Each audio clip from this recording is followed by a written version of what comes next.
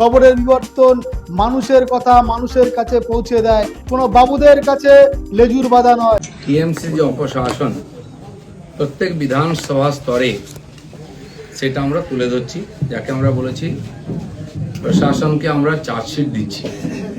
আমাদের মথুরাপুর যে সাংগঠনিক জেলা, যে মথুরাপুর লোকসভা, তার প্রত্যেকটি বিধানসভার চার্জশিট আমরা তৈরি করেছি।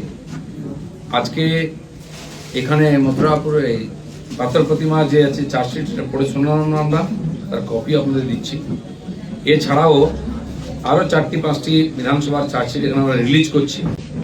পাথর প্রতিমা, রায়দিঘি, মগরাহাট পশ্চিম, মন্দির বাজার এবং কাকদ্বীপ, এই বিধানসভার চার্জশিট আমরা পেশ করছি আজকে আমাদের কর্মীদের সামনে, মিডিয়ার মাধ্যমে, সাধারণ মানুষের সামনে।